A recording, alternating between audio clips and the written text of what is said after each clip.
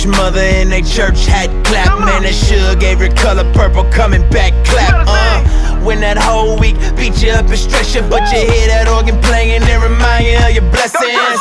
And on another note, she just hit another note. Chills down my spine, got me crying, make me overload. You don't know about it though.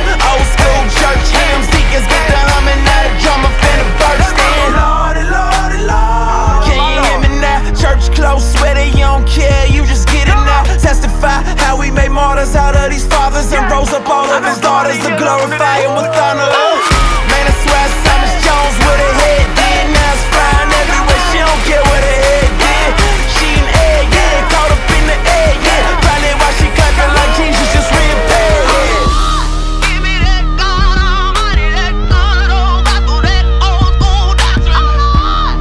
Give me that truth for the body, ain't nothing new about it, but it's still full of power. Church clap, let me hear the church clap. Church clap, let me hear the church clap. Church clap, let me hear the church clap. Church clap, let me hear the church clap. I wanna be the type of dude to get the Lord on his feet. I wanna do the type of shows that the Lord wanna see. What I mean, if I can make the whole church clap, but ain't a clap in the heavens, then that clap's just a clap, clap. For his son glorified, sin mortified. The Holy Spirit going word, that truth ain't watered down. It's sound doctrine, gets birthed in the common. Nothing wrong with singing loud, but that ain't where the power's coming on. The church has been clapping at weak sermons, leaving the weak hurt. No one's changed by Sunday service.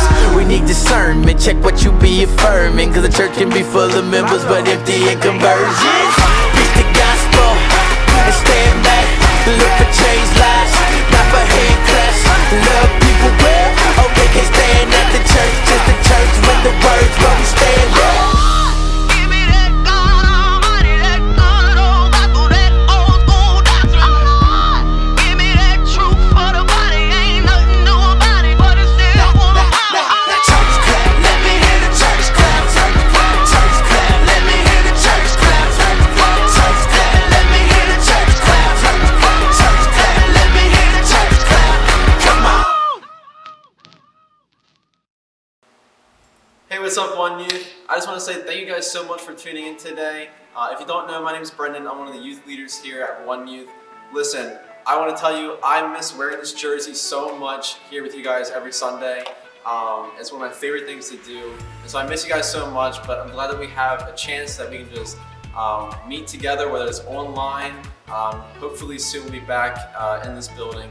But hey, districts on Wednesdays, if you guys aren't tuning in already, make sure you're doing that. We're doing that on Zoom at 7 o'clock every Wednesday. You get to hear a really good word, just talk about life in general, and just hear from every other student that tunes in.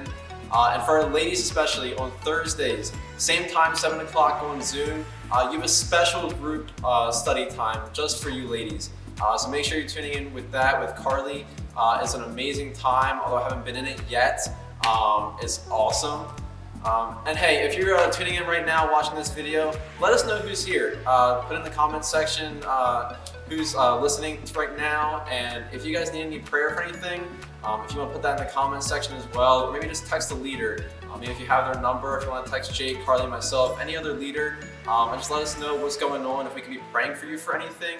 We want to make sure that we're staying connected during this time and that we are just listening to you guys. So we miss you all so much. Thanks for tuning in right now. So get ready to hear an amazing message from our very own Pastor Jake. What's up, One Youth? Welcome back to another installment of the Corona Collection. Today's message I am titling Undrafted.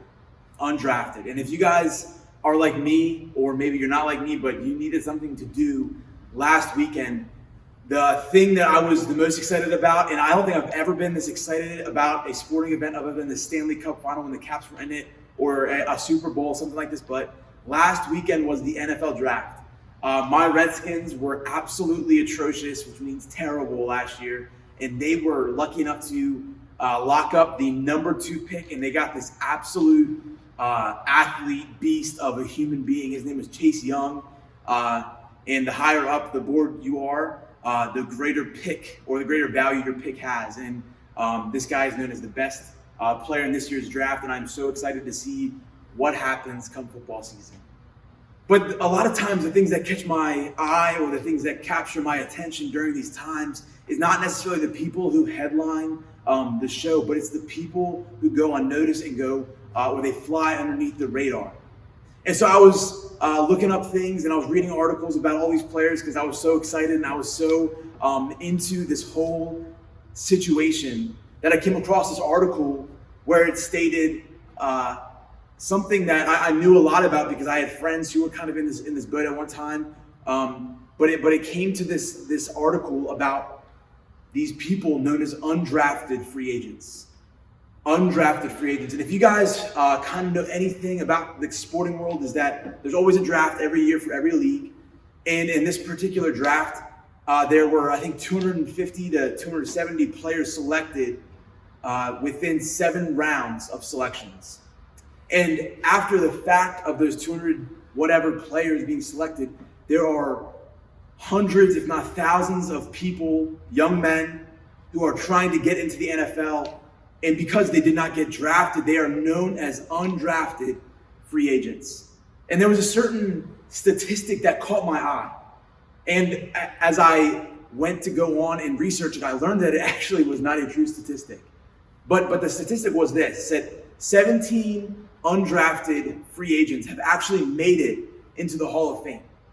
So that means they were never selected in the NFL draft, but they were so good and they were so undervalued so that when they came into the NFL, they had such a spectacular career that they got put into the most prestigious place a football player could ever be placed.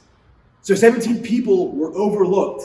17 people were underestimated, and they ended up in the most important place a football player could ever end up.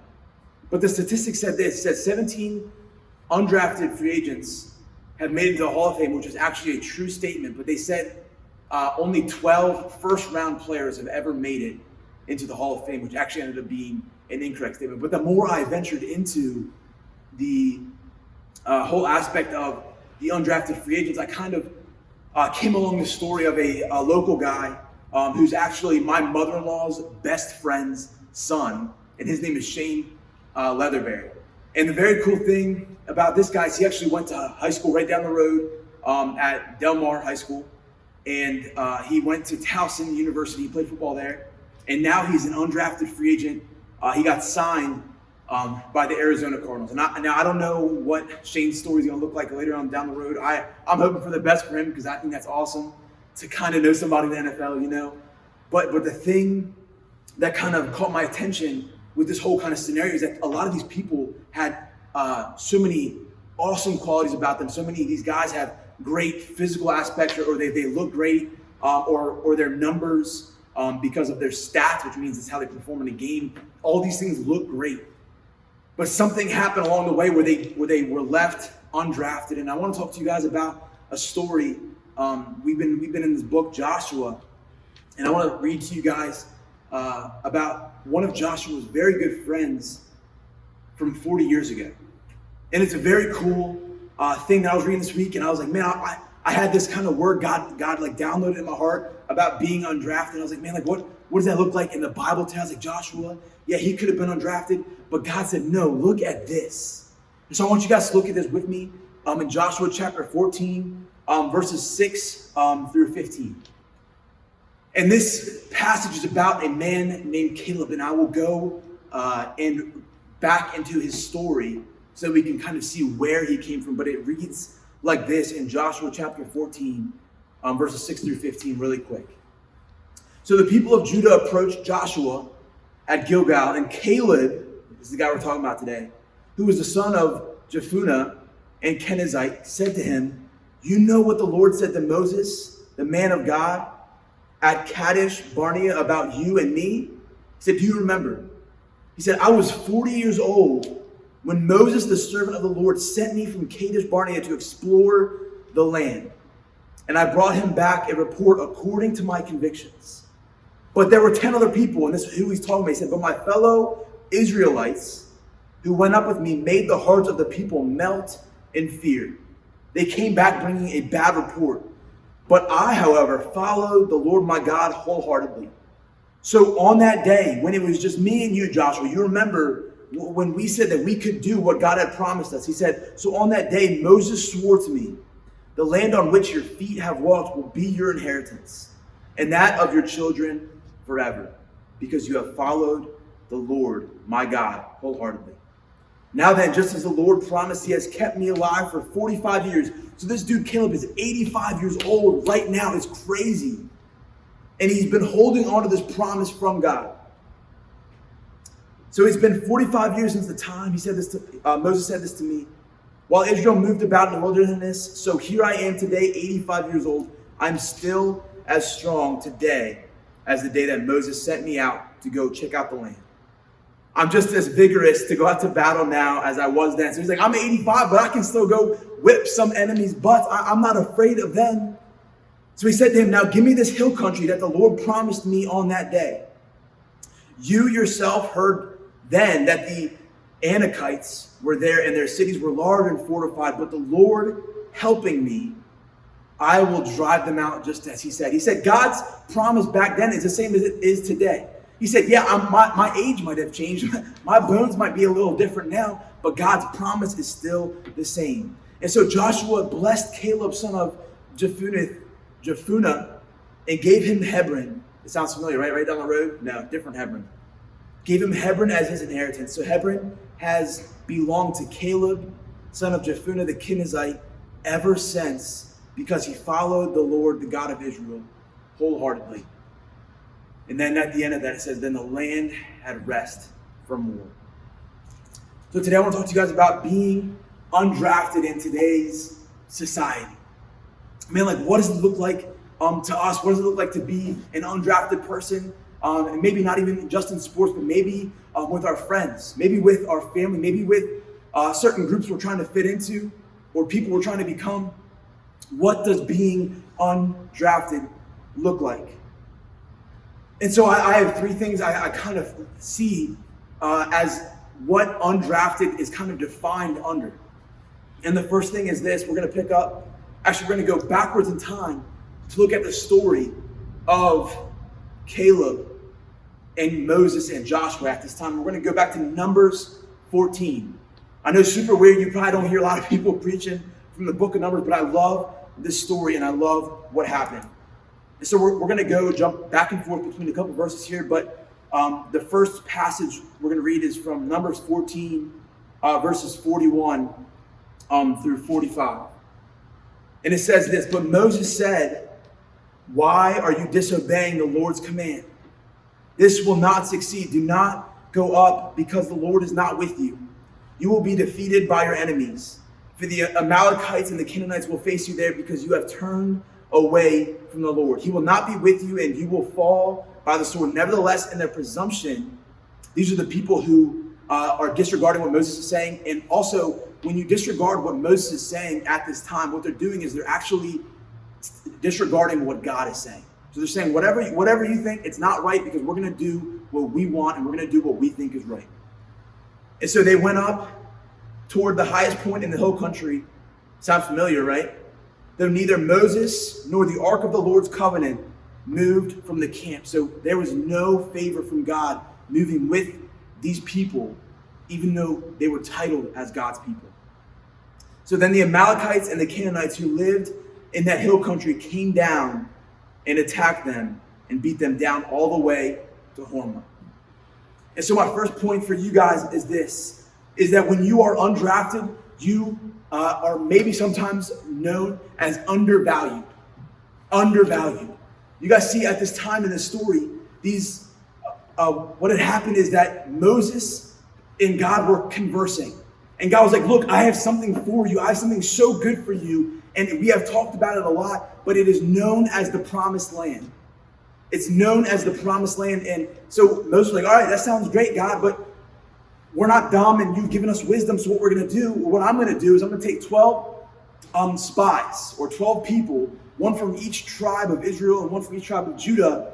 And I'm going to send them to go scout out this place and see, what our strategy can look like. And what happened was Joshua and Caleb, they went and they had faith and they believed in the promise of God. And they came back to Moses and said, look, these guys, they're giants and they're big and this land is a lot, but Our God is bigger. Our God can do something incredible. We saw him move and split the sea. We've seen him do absolutely incredible things. But the thing is this, is that 10 other spies came back and they were like, no, there's too many people, there's too many giants, there's too many things, there's too many obstacles for us to ever succeed in taking over this land and making it what God wanted us to do. And I sit here wondering, I wonder if these people, the 10 spies who came back, I wonder if they undervalued what God, or maybe even who God was at this point. But also at the same time, when they're telling the people this, the people start freaking out. Does it sound familiar to something that's going on in the world right now? Does it sound familiar to something that is going on with this whole coronavirus crisis? People around us are freaking out, and what the Israelites did and what we're doing even to this day is we're undervaluing the promise that God has made in our lives. But also what we're undervaluing is who God has created us to be. You see, when the two people came back with positive reports and they're saying we can follow through on what God said and we can follow through on God's promise and I'm believing through faith that it's going to be ours, the majority of the people undervalued it because it was the minority opinion. Because it was the minority opinion. And I wonder how many times in our lives when everybody's coming against us, when people say you're too young, when people say you're only in 8th grade, or when people say, oh, you're too dumb, like I wonder how many people are undervaluing us as people when we hold one of the greatest treasures that God has ever given us, and that's the good news of Jesus, but also knowing that God has done it before and he's going to do it again. One of the things that we hold as undrafted people or undrafted free agents, whatever you want to call it, is that we are oftentimes undervalued. And I think that we're in good company if we're undervalued. You know, I talk about it a lot of times because a lot of times I feel unqualified and I feel like I'm not good enough and I can never do enough, but that's okay because that's exactly why God is my strength, and that's exactly who I lean back on, and God is my crutch, and God is the one that I need to go to because I am not strong enough. And I cannot do it on my own. I'm not smart enough to do it on my own. We can sometimes be seen as undervalued, or we can be seen with a small amount of value. And the second thing I want to bring to you guys today is we're going to skip back in Numbers chapter 14 to verses 24 and 30. And it says this. And this is God talking to Moses. And he says this, but because my servant Caleb has a different spirit and he follows me wholeheartedly, I will bring him into the land he went to, and his descendants will inherit it. And this is the important part. Listen to verse 30. This is God talking to the rest of those spies, which is the 10. And he's also not only talking to the spies, but he's talking to all of the people that not only doubted the two spies' positive report, but they also doubted God's promise. And he said this to them, not one of you will enter the land I swore with uplifted hands to make your home, except for Caleb, son of Jephunneh, and Joshua, son of Nun. And this is the second point. Is that oftentimes when you're undrafted, what you are is you're underrated. You're underrated. And we see in this part right here that not only do these 10 people hurt themselves, these 10 people, they come back with a negative report. And the thing is, a lot of times like when we're surrounded by negative people, we tend to think there's negative thoughts. And what happens is, it doesn't only affect you when you're being negative. It doesn't only affect you when you're buying into what everybody else is saying. What happens is when you start spreading the negativity, when you start spreading the gossip, when you start spreading the bad news, what it does is it not only prohibits you from inheriting a promise, it prohibits the people that you're spreading that bad news to or the false information to. It prohibits them from entering the promise that God has literally given to us. And so I wonder sometimes, man, like us as Christians, like how are we doing this thing right? How can we do this thing correctly in this whole coronavirus pandemic, in this quarantine lifestyle, when we have to stand 6 feet away from somebody and we have to try to love them well? And the thing I see in this part right here is that a lot of times we live our lives as underrated people. We live our lives as maybe not exciting people. And I look at these two men, and Caleb, who was literally 40 years old, and Joshua, who I assume to be in between the ages of 20 and 30. And these guys were looked at as extremely underrated. But can I tell you something? Is that God loves underrated people. God loves to pick the people that nobody else would listen to. And the thing is this, is because of the disobedience, because of the ignorance, and because of the arrogance of the 10 spies, they actually ended up, if you don't really know like the kind of the background of the Bible, this is kind of what was the big obstacle for the Israelites to enter the promised land. This is what literally made them travel in the wilderness for 40 years. They say from the time Moses kind of brought them through the sea and they escaped the Egyptians, the time that it should have taken to travel from point A to the promised land is about 3.5 to 4 days of walking. They didn't have cars. I mean, they might have had horses, but that's transporting an entire nation from point A to point B in about 3.5 to 4 days. They wandered in the wilderness for 40 years. I hate traffic.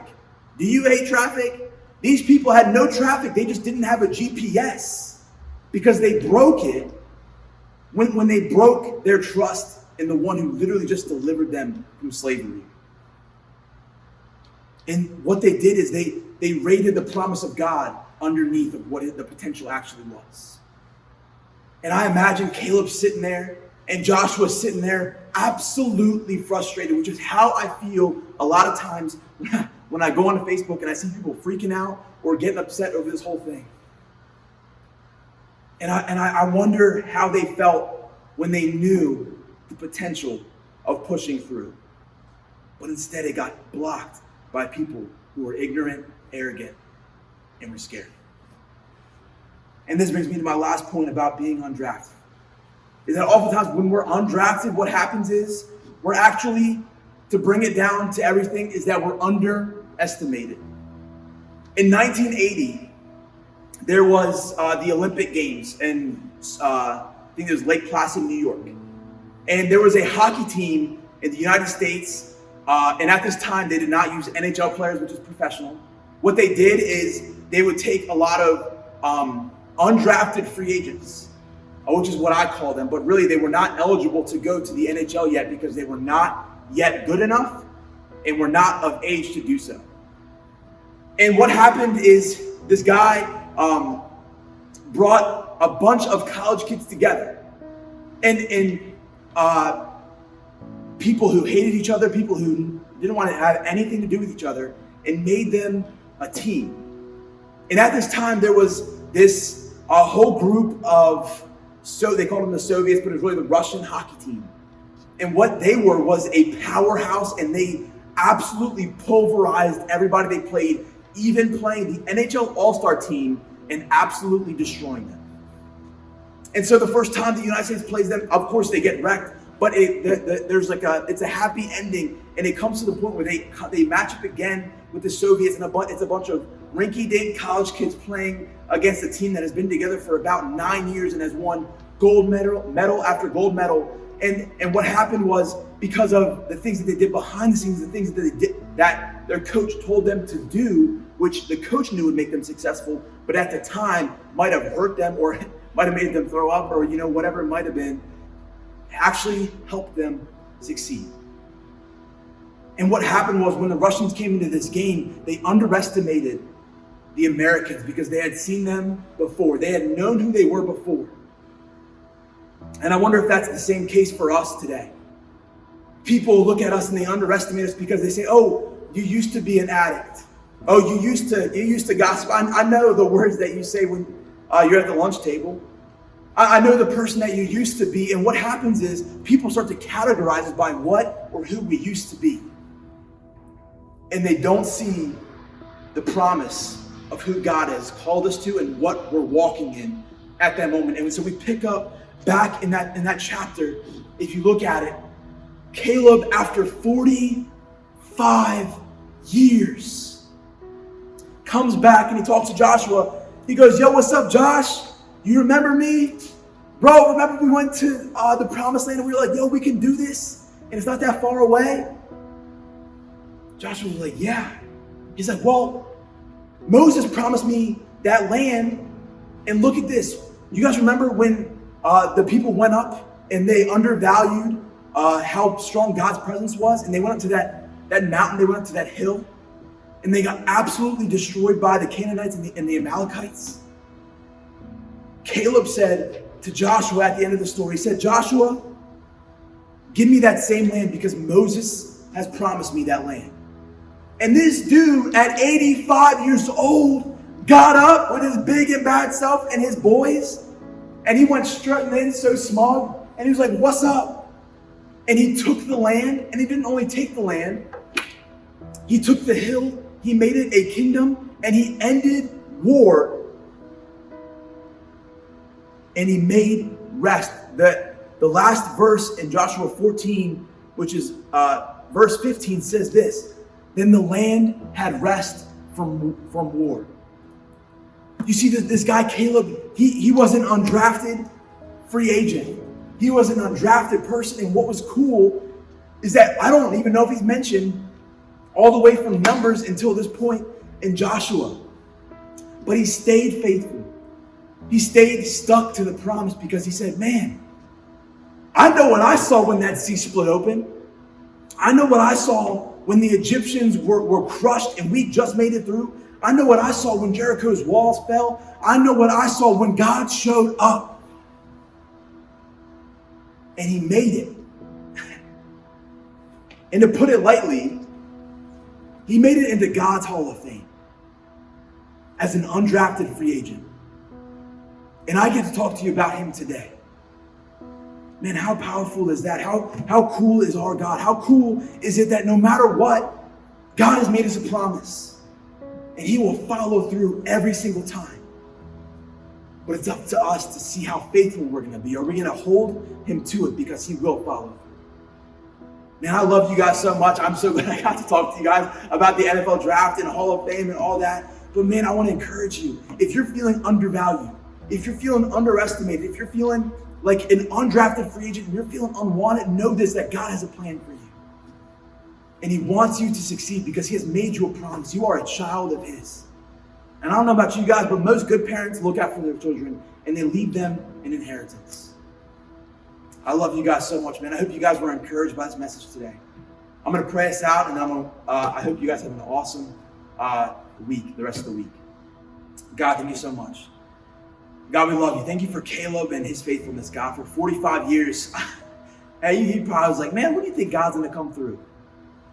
But God, I'm so glad that you did. I'm so glad that Caleb was faithful. I'm so glad that we can talk about him 2,000 plus years after the fact. God, we love you so much. Go with my friends this week, encourage them and bless them. In your name we pray. Amen. Thank you guys. Have an awesome week. Bye.